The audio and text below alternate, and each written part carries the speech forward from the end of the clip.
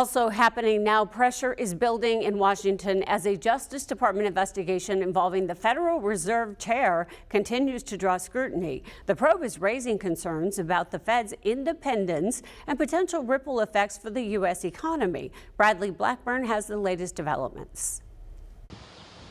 In the face of a DOJ investigation, Fed Chair Jerome Powell isn't mincing words. The threat of criminal charges is a consequence of the Federal Reserve setting interest rates based on our best assessment of what will serve the public, rather than following the preferences of the president. The statement came after the DOJ served the Fed with grand jury subpoenas last week, linked to a multi-billion-dollar Fed renovation project.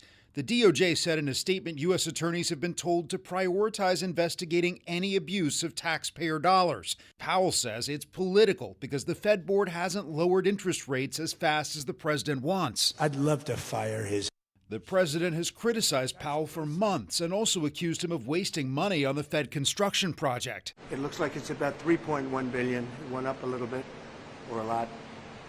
So the 2.7 is now 3.1. I'm not aware of that.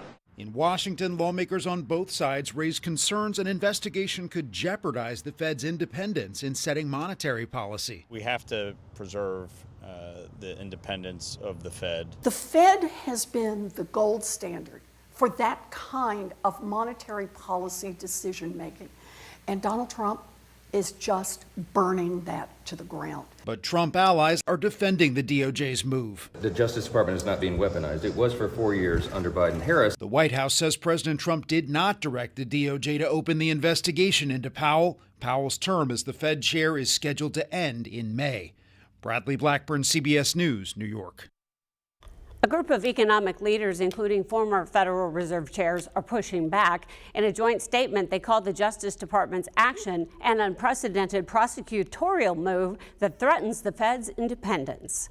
And that reaction is now drawing more support on Capitol Hill as Arkansas Congressman French Hill shares a statement about Federal Reserve Chair Jerome Powell. Hill says he's known Powell since their Treasury days under former President George H.W. Bush, calling him a person of integrity. He warns that pursuing criminal charges tied to Powell's testimony risks unnecessary distraction during a critical economic moment, and he's urging the focus to be on higher wages, opportunity for growth, and for the American people.